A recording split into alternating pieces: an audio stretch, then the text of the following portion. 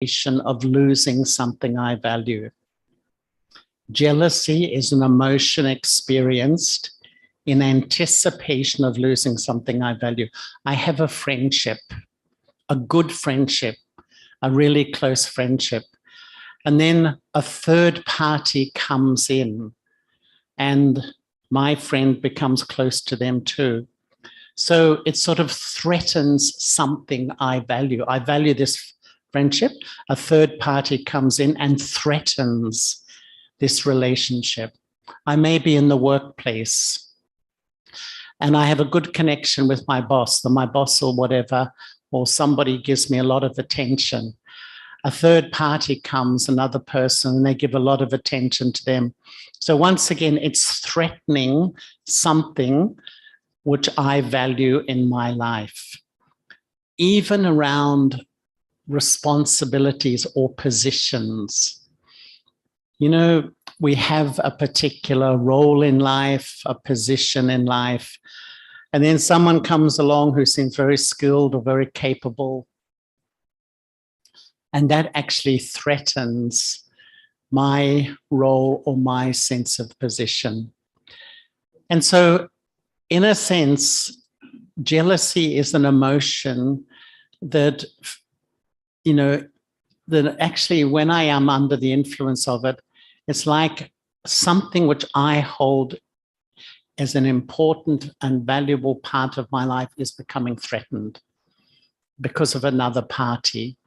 How do I know I'm jealous? How do I know? I would say whenever you hear the praise of somebody, oh, this person is so sweet, and there's the slightest feeling inside you, even 1 millimeter of feeling. Really? You know what we often think? Why does that mean they don't think I'm sweet? You know how the mind thinks? Or they say, this person is so good. And a little feeling comes, does that mean they feel I'm not good? You know how the mind plays tricks on itself in that way. Or I can't tolerate hearing about the success of somebody. I can't tolerate it. Or I don't like to see someone getting opportunities. Or even a bit further, jealousy creates suspicion. I start to become very suspicious about this person's motives. Whatever they do, I'm sort of, I read into it. What is that? What are they really wanting out of this? I think they're not trustworthy, they're like this, but actually I'm under the influence of my jealousy. It's actually my jealousy which is creating this sort of feeling. Or many, many different things can come up because of the seed of jealousy, because I feel threatened, because someone has come that seems cleverer, more popular, more wise, more capable, more skillful, or whatever. And when you really boil it down, it's actually the seed of my jealousy is my own lack of self-respect. And I would say the one way of describing the spiritual path is regaining my self-respect back, taking my self-value back, so that I can live in this world and maintain my self-value regardless of people, situations, opinions, whatever. Some years ago, I had a little thing for myself. It doesn't matter if I'm criticized. That's life, right? In life, you will get criticized. What matters is that that criticism changes the way I feel about myself, affects my self-respect. It does not matter if I make a mistake. I'm going to make mistakes. We all make mistakes. What matters is if that mistake changes my vision on myself, I have a negative vision on myself, I lose my self-respect. It doesn't matter if I fail. Actually, one of the biggest learnings in life is if you fail. But if it changes how I feel about myself, that's where the damage really happens. And really, I would say that so much of my experience of meditation and a spiritual life is step by step rebuilding a sense of self that is solid, that is not fragile and built on superficial or temporary things, but a real solid sense of who I am. And when I'm in my self-respect, very, very low possibility that I will feel jealous of anyone because I'm living in the sense of my own self-value. But what is the process? How does jealousy sort of go from step 1 to step 2 to step 3 to step 4? Because quite frankly, jealousy can get so extreme, people can resort to the most incredible acts of hatred and violence, and it can't see the seed. First, I compare. And in a way, I would say in this world, in this body conscious world, everyone we meet, we subconsciously or consciously compare myself with them. And I position myself as better or worse. Quite frankly, mostly we position ourselves as inferior or worse. So if they seem wiser, cleverer, more capable, first I compare. Secondly, if I compare and they do seem better or cleverer, it may start to threaten something I value in my life. It may be a relationship, it may be a role, whatever it may be, I feel threatened. And thirdly, that sort of suspicion begins to kick in, the mistrust begins to kick in, and I begin to mistrust this person and their motives. And fourthly, I begin to oppose that person. Whatever they do, I find I can't see anything good in them. I find myself opposing them. I find myself mistrusting them. I find myself finding sinister motives in most things. But what was the seed was really my own jealousy. And this is why I think what I love about spirituality is that, to me, it's almost saying that I've lost my power over a long time. We have tremendous intellectual power in this world, but I've lost my inner resilience and my spiritual power. And I would say that to deal with jealousy or anything, I don't actually have to consciously think about that vice, but I have to rebuild my sense of self. And I would say that the first thing, as we always know when we come here, is to know and experience, live in a state of self-awareness, because the reason jealousy is really affecting me is because I've lost my self-value, I've lost my self-respect, and that's why I come under its influence. And when I think of the self these days, I think of 3 personalities that sit inside all of us. I would say 2 of them are often jealous of others, and 1 of them moves beyond that. One of them is going to take me back into a state of stability, self-awareness, and I would say goodwill for everybody. Hope everyone's okay in the kitchen. And the first personality I call the eye of arrogance, or the eye of superiority.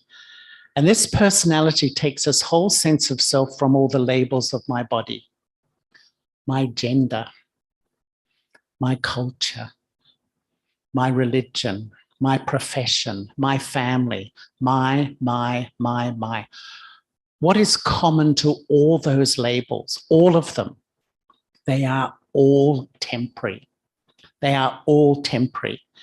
And this is going deep into the reason why we suffer so much in life, because I'm basing the absolute foundation of my sense of self on everything which is temporary. And when this I is ruling in my inner world, I compare with others and I begin to think, you know, I am better, I know more, I am right. Ever heard that before? The way I think is right. The way I see life is right. Some people are absolutely adamant their perception of things is correct. But when my ego is ruling and it comes into my feelings, that's when I feel so easily insulted, disrespected, not valued, excluded, sensitive. Anyone sensitive here?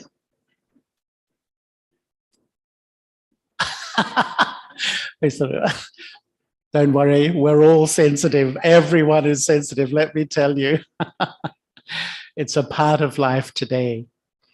And really, when I experience these emotions, when you feel hurt, insulted, disrespected, know the false I is ruling your inner system. You're being deceived at that time. You are being deceived by a false self. And what is the role of ego? Ego makes you feel separate. Ego tells you you don't belong. Ego whispers in your ear, you're not a part of things. People don't want you. It makes you feel separate from your true self, separate from others, separate from God. It just makes you feel alone, disconnected, not belonging. This is really the role of ego. And when under the influence of this jealousy is very common. I get so jealous even of other people's material gains, other people's opportunities, other people's positions.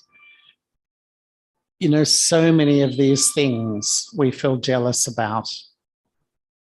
That's the first I. The second I is the flip side, which is the I of inferiority, the ego of inferiority or lack of self-respect. This is the most powerful influence in our world at the moment. This I also compares with everybody, but does the opposite. Think others are better, others know more, others don't love me, others don't respect me, others don't value me.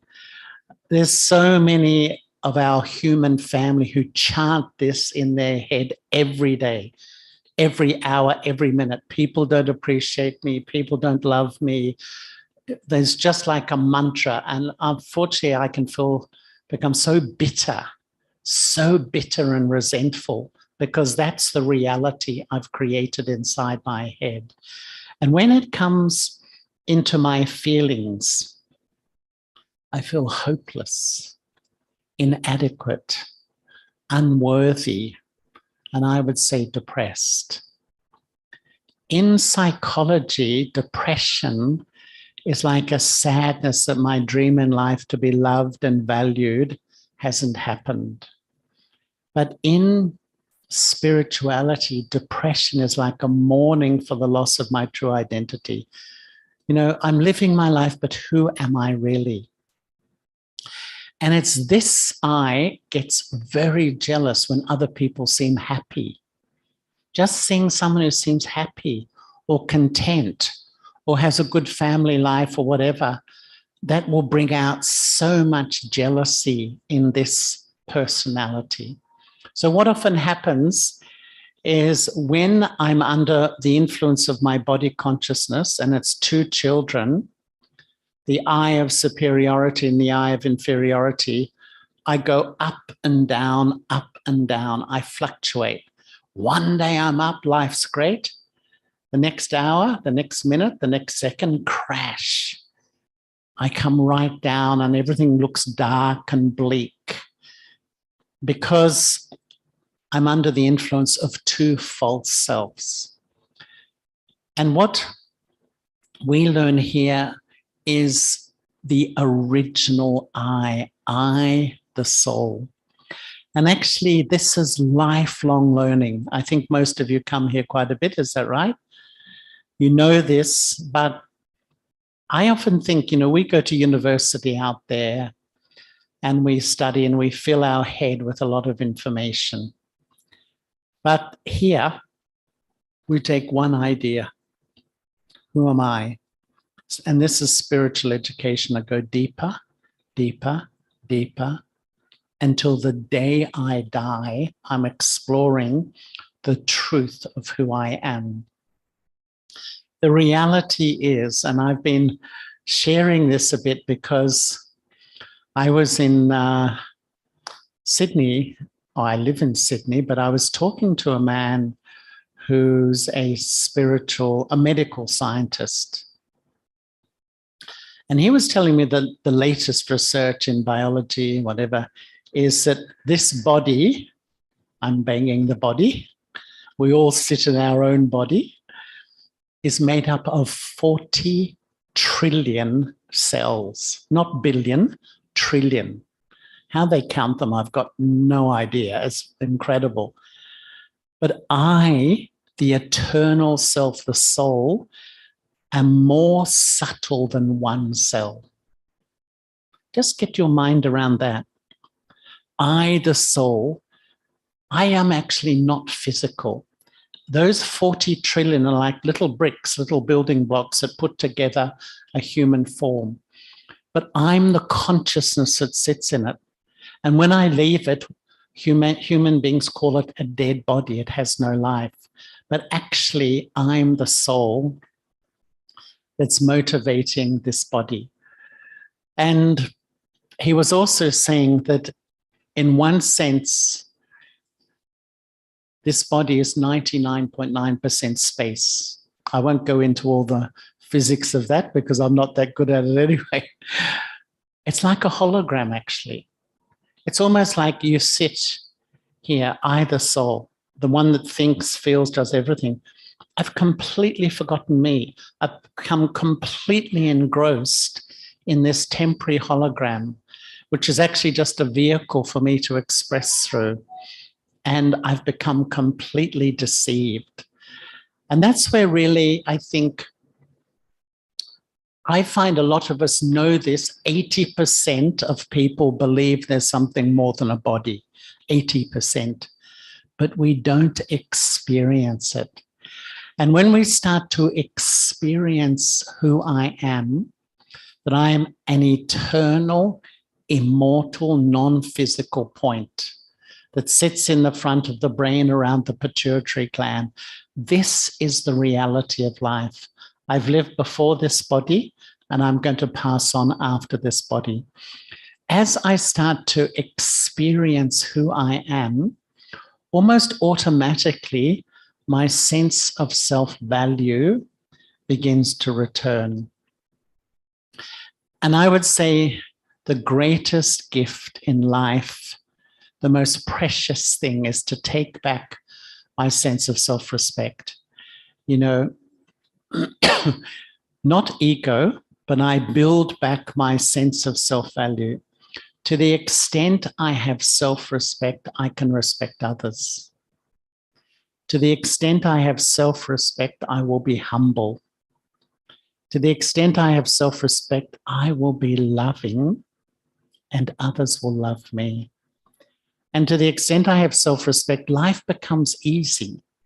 It's just easy, rather than it being always a stress inside my head, I begin to relax and accept myself. The first relationship in life is with me. If this relationship is unhealthy, it absolutely affects everything. My relationships with you, even my physical health too. And when I'm in a state of self-respect, I know my value. I don't feel threatened by any other person, because I find if I can't accept you, if I can't accept others, why? Mainly it's because I can't accept myself. When I feel really comfortable with who I am and I accept me, I have my self-respect, I can accept everyone. And whether they have completely different views to me, I don't feel threatened. Look at today.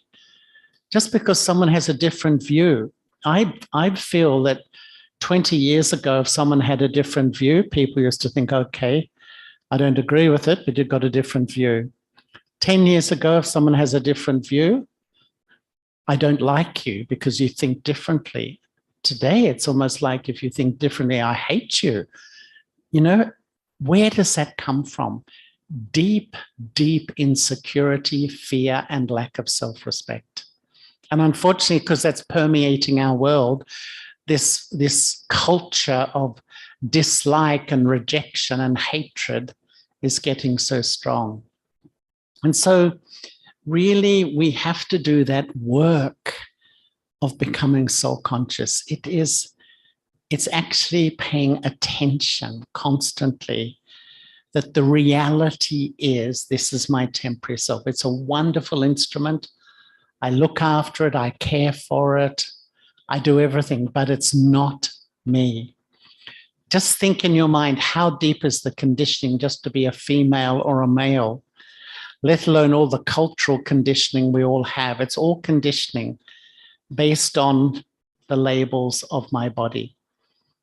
But the soul culture is the original culture, and that's the culture of self-respect.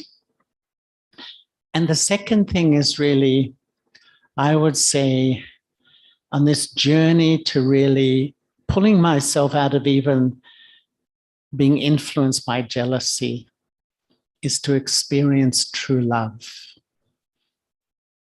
And that's the other thing. If anyone says to me, what's spirituality? To me, I say it's the path of true love. It's about experiencing a quality of love you will never find anywhere else at all. I believe the subtext of human life, people are searching for love, searching for love. We invest our heart in relationships, you know, with our family, our partner, our children, whatever. But there's that huge human dilemma that no relationship is permanent.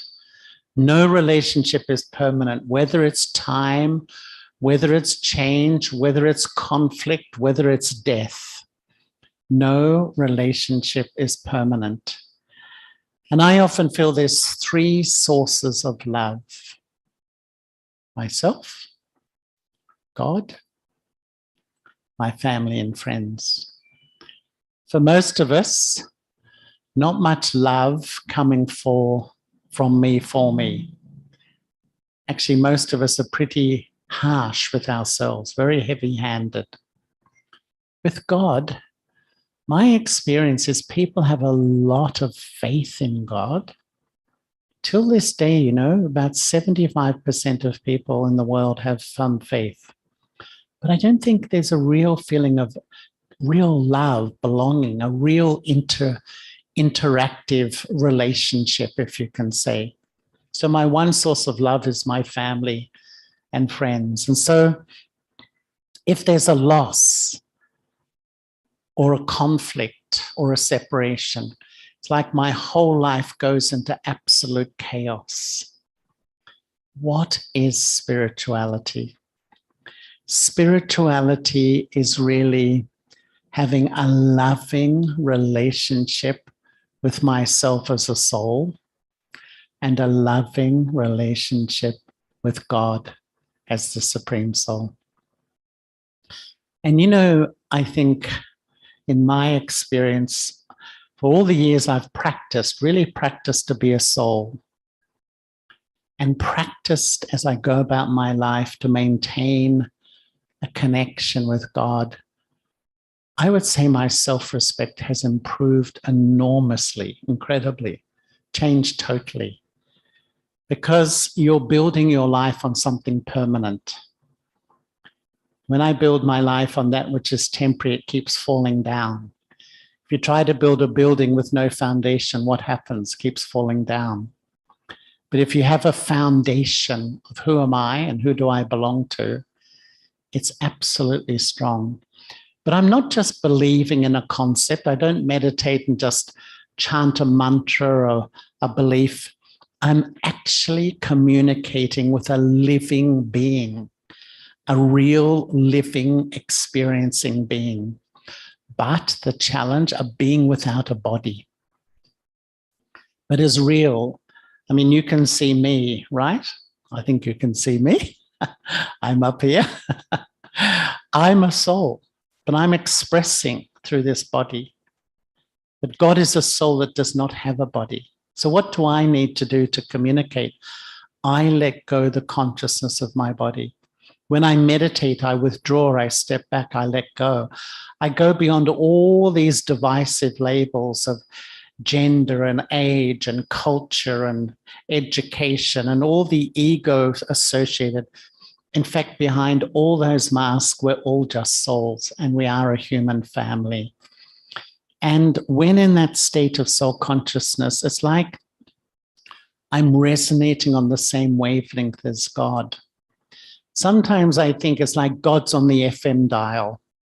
When I'm body conscious, I'm on the AM dial, right? And you know the FM dial exists, but can you get an FM station on an AM dial? Can you tune in? You can't. You can't. So that's religion. Religion is more on the AM dial, having belief.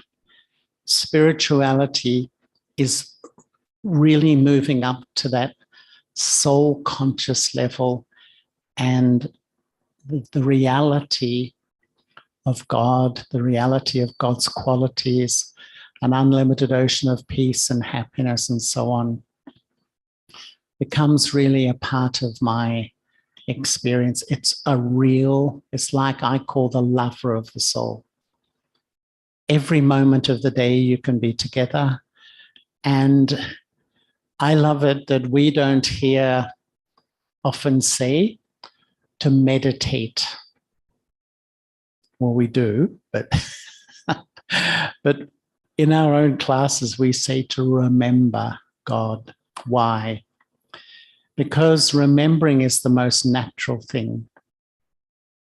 And when you remember, three things happen. You know, there's a part of your spiritual anatomy, which is your intellect. The intellect is always traveling. And whenever you remember anything instantly, you connect first. Second, your influence. Thirdly, you have a feeling. So if you're sitting here now, and you know how you can travel an infinite distance in a second. So I might be speaking and one of you's just suddenly traveled home, or you've traveled over to London, or you've traveled to Melbourne, or you've traveled anywhere that quick, right? Because you're always, and as soon as you travel, you connect. Whatever you connect with, you're influenced by and you have a feeling. So if you're sitting here and you remember a family member you're really got a good relationship with, you're really close to, that as soon as you remember them, you're influenced by that love and closeness, you feel really calm and easy. But if you're sitting here in that millisecond, your intellect travels and connects with someone you're in conflict with, you're not getting on well. The instant you touch, you feel a bit disturbed. You feel uncomfortable, you feel peaceless, and you have this unpleasant, discontent, unhappy feeling inside. So ultimately, what is the quality of my life? It's basically what I plug my intellect into. And most of us all day, we're plugging into this, plugging into that. And then we go to the past and we dwell on something that happened. The result, I'm going to feel miserable. You know what I say to people? If you're not happy, there's only one question to ask yourself. What have I been remembering? What have I plugged my intellect into? Sometimes we are so educated, but we are so uneducated, if I can say. I plugged myself into a memory that was totally unpleasant. And I dwell on it, and then I wonder why I'm unhappy. I mean, it's not rocket science, is it really? this is karma. I put myself under the influence of these things. Now I think I'm not happy. Well, it's obvious because I've allowed this thing to dominate. And what we learn here is to remember God. Remember the Supreme Soul. Remember the lover of the soul. As I walk down the street, as I meet people, as I do things. And it's almost like when you connect there, you're influenced by that love, that purity, that peace, that truth. And it's almost like a balm on your mind. You're putting yourself under this highest influence, even when you're with other people. That's all we have to do. Because when I'm in that state of self-awareness, and secondly, when I have this remembrance of God, I'm in such a state of stability and self-respect that really I don't find myself coming under the influence of my jealousy, comparing with others, etc. When I build a spiritual platform. And the third thing for me, and I'm going to finish in a sec because we'll have some questions, is to have good wishes and pure feelings for other people. The Brahma Kumaris, it's been a huge part of the teaching here. We have these mental accounts with people where you can't stop thinking about them, feeling either attracted to them, pulled by them. Sometimes we're really pulled by a person, attracted to them, or sometimes we're repulsed, don't like them. We can go on both sides. And how do I clear that mental account? To have good wishes and pure feelings. How do I do that? When I really see them beyond all their labels and see that they are a soul like me, they're also struggling. My experience is most people, and I think it's fair to say, I don't think it's an exaggeration, most people are really struggling in this life. It's not easy. It's really hard work. So when I see the soul, and even though their behavior may be not so good, and I see beyond that and I make a choice, I can be influenced by their behavior, influenced by their opinions, or I can see the soul and have good wishes. Good wishes are such a power you can't believe, because your mind has an energy. And often what we feel is that, in fact, they say in research that whenever you communicate with another person, whenever you connect, what is life? Every day, connection, communicating. 80 to 90% of the impact of your communication is nonverbal. It's your face and your vibrations. As you meditate, as you become soul conscious, your vibrations become sweeter, lighter. If I can say more soul conscious, which means less arrogant. And it's sort of your vibration is more calming. And automatically, those feelings, people feel them. When you're more self-aware, people feel safe with you. People don't feel judged by you. How sometimes you meet some people and instantly you feel you can almost tell your life story to them without them judging you. And some people you feel really, I don't know, don't feel so easy because of the judgment happening. But we do that too. The power of good wishes and pure feelings also, in a sense, diffuses my capacity for jealousy and others' capacity to have jealousy for me too. Because we live in this incredibly challenging world.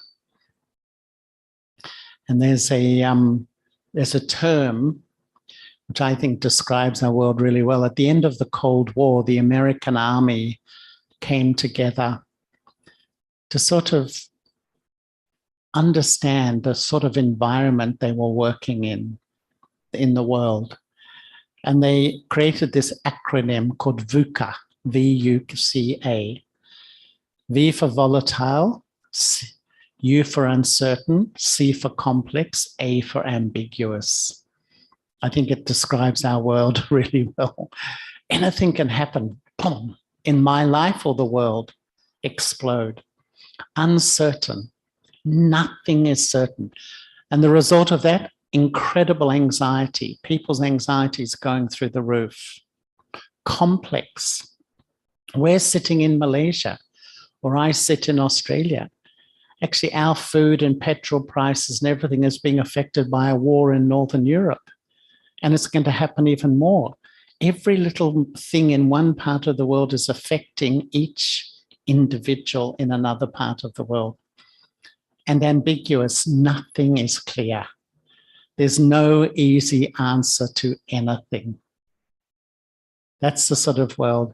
And that's where I really feel a regular spiritual practice is so important. And that's not just turning up for a talk occasionally, but meditating regularly. And during the day, practicing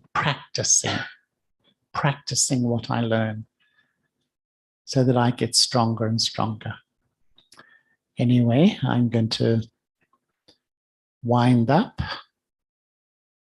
And if anyone wants to ask any questions, I asked Bajo before and she said, that's okay, just for a few minutes. If anyone would like to ask something, make a comment, please feel free. Yes, please.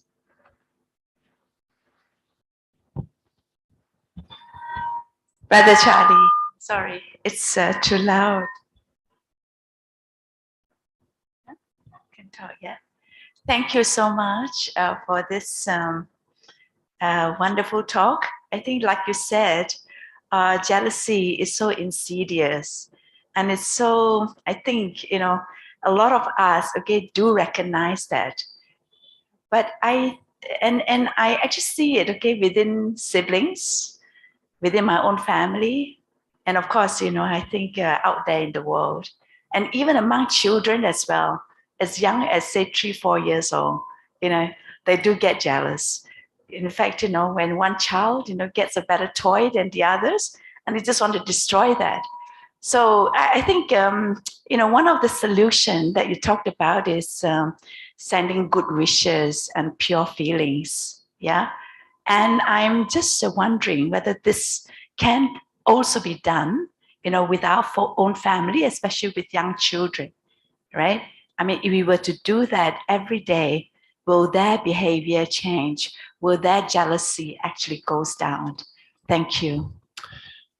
Yeah, it's a great question. I think definitely, because, in our centers worldwide, people come and often ask about their relatives. How can I help my relatives, my family, people I love? Because people are doing it tough at the moment. It's a harsh world. It's a difficult world. And the main way I can help others is to help myself first. Because often we think, I've heard so many people come and listen to talk and say, wow, this, my husband could really do with this. My wife could really do with this, that sort of thing.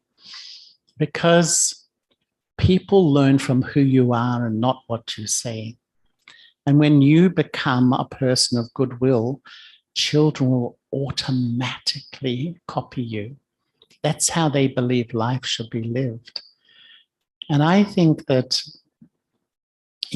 people are struggling. There's two types of support mainly.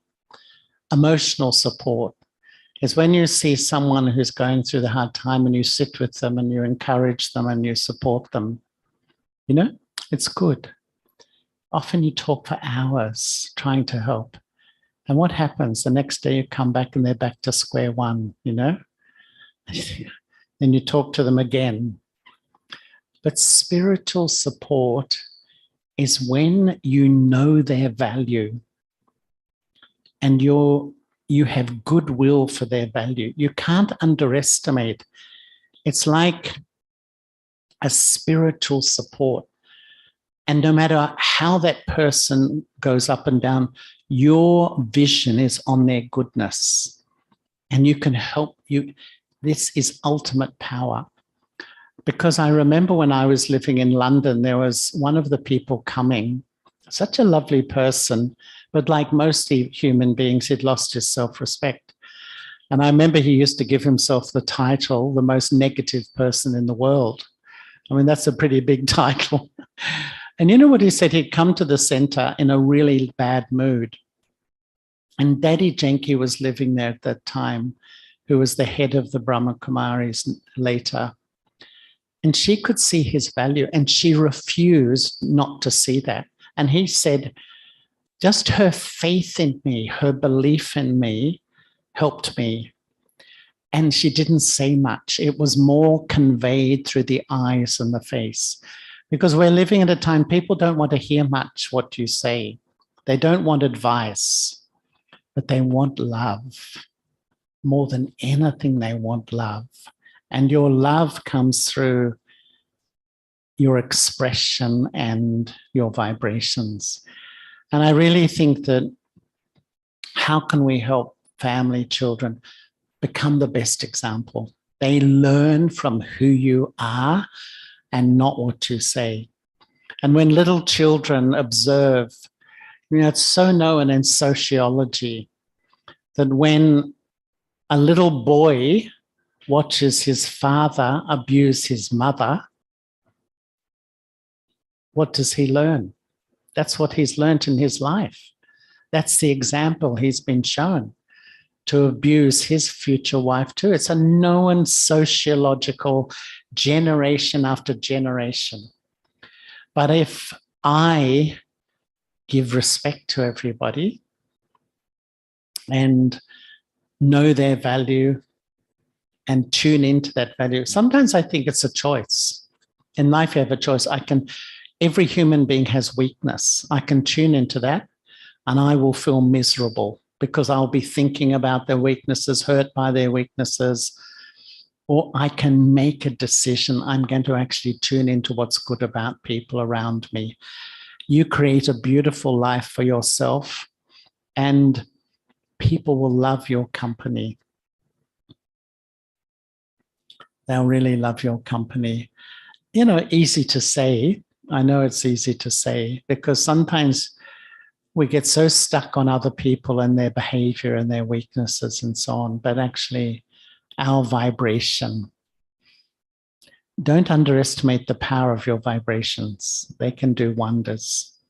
It's subtle.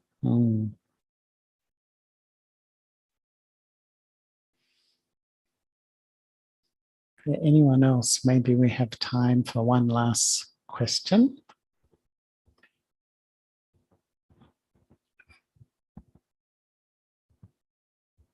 How to build good wishes constantly. How to build good wishes constantly. Well, I mean, in a way that it's the natural byproduct when you become self-aware and remember God. You don't have to think, I must have good wishes. It's a natural result. Because if your relationship with God is strong, with Baba, the Supreme Soul, you feel loved. You feel loved. And when you feel loved and belonging, you will automatically, it's your natural frame of mind. You don't sort of have to think, oh, I must have good wishes. It will automatically emerge inside of you. And that's why really, you know, dealing with jealousy, dealing with all these things, if I build my foundation, who am I and who do I belong to? If that's an unshakable foundation of spiritual power, when really I live in a state of self-awareness and the main relationship in life is with God, it's like I'm stable. I have a foundation in my life that's permanent. I often think spirituality is investing in that which is permanent. Today, we invest in everything which is temporary.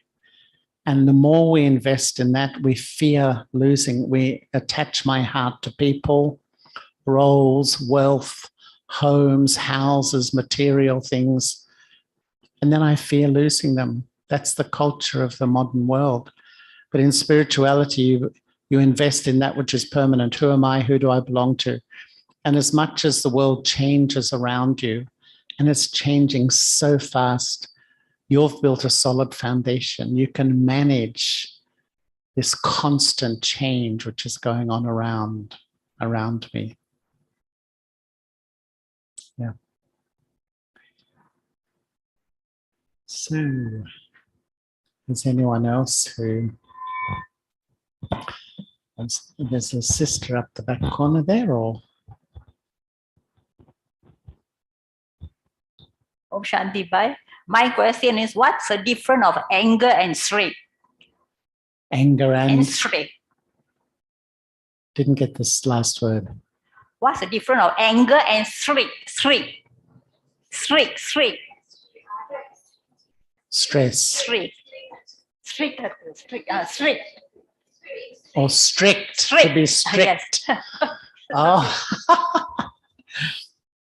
Well, a lot, really. I mean, you can be strict with love, or you can be strict with anger.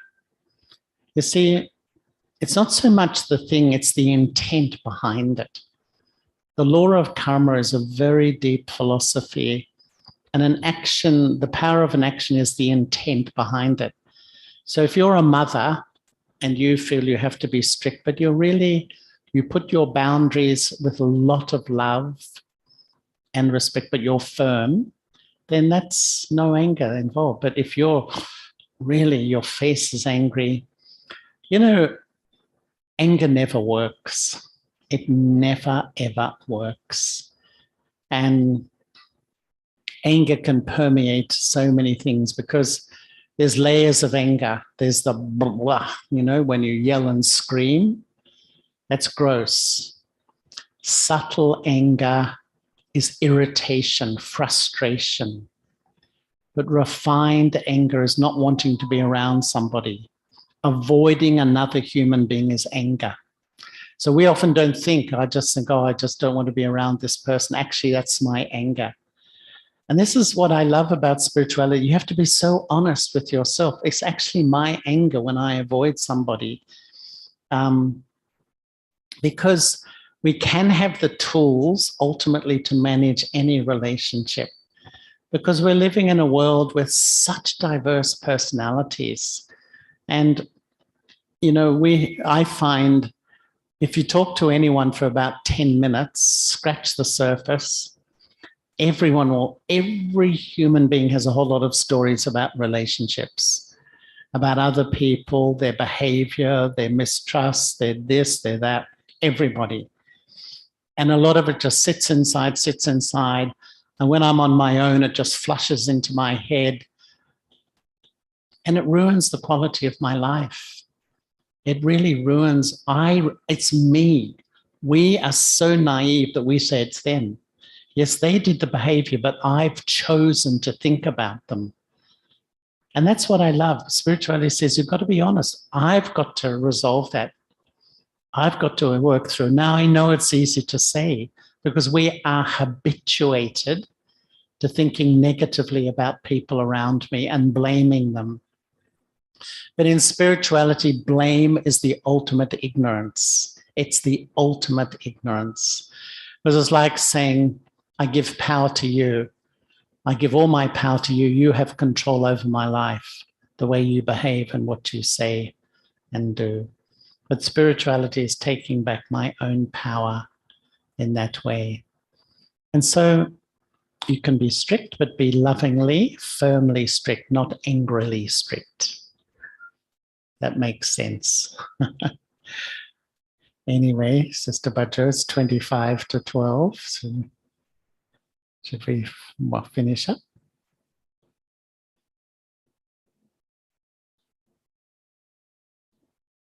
Okay. I thought you said they had meditation.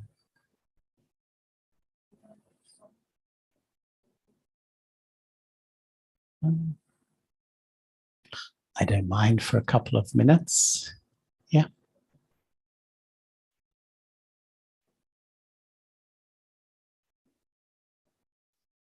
Okay.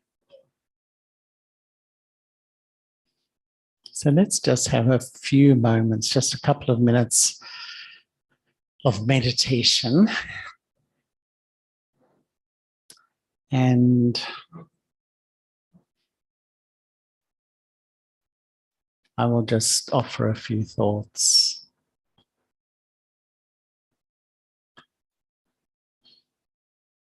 Let us keep our eyes open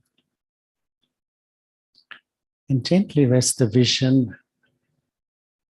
towards the point of light in front.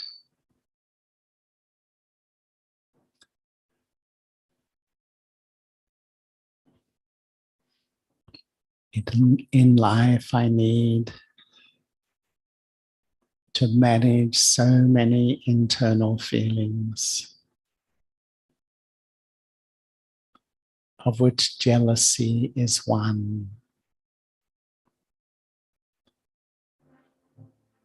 But its roots are really in an unhealthy relationship with myself.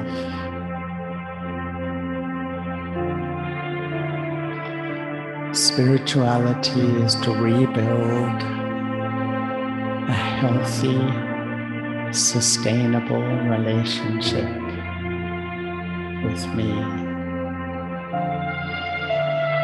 Just visualize yourself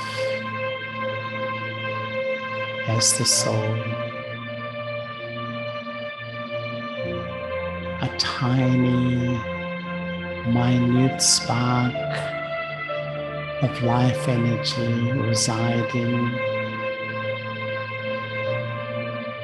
in the front of the brain, in the center of the forehead. Just feel yourself sitting so lightly, acting through this temporary body. And in this soul conscious state, let me come in front of the divine, of God, like a small child.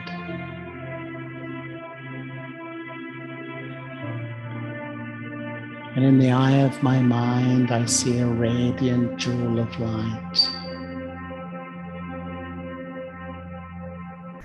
an unlimited ocean of love. Allow yourself to be completely loved. Just feel this stream of divine love entering the core of my being. The more I feel loved, my self-respect is restored. I feel strong. And I live in my own value. And in a natural way, I don't feel threatened by anybody.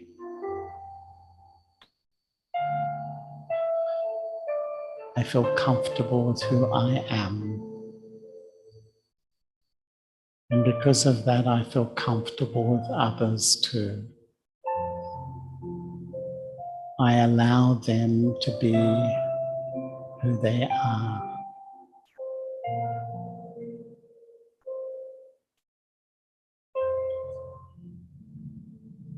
If each morning I wake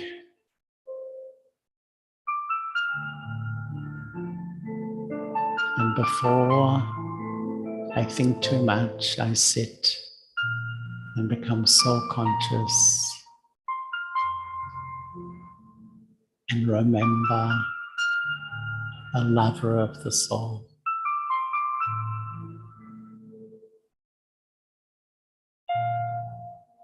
This will make me strong.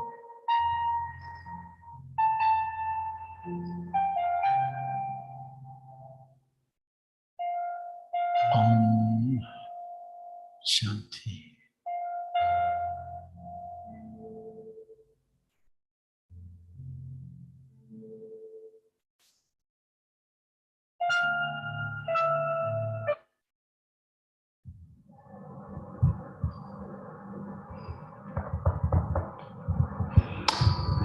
Thank you very much, Charlie Bai.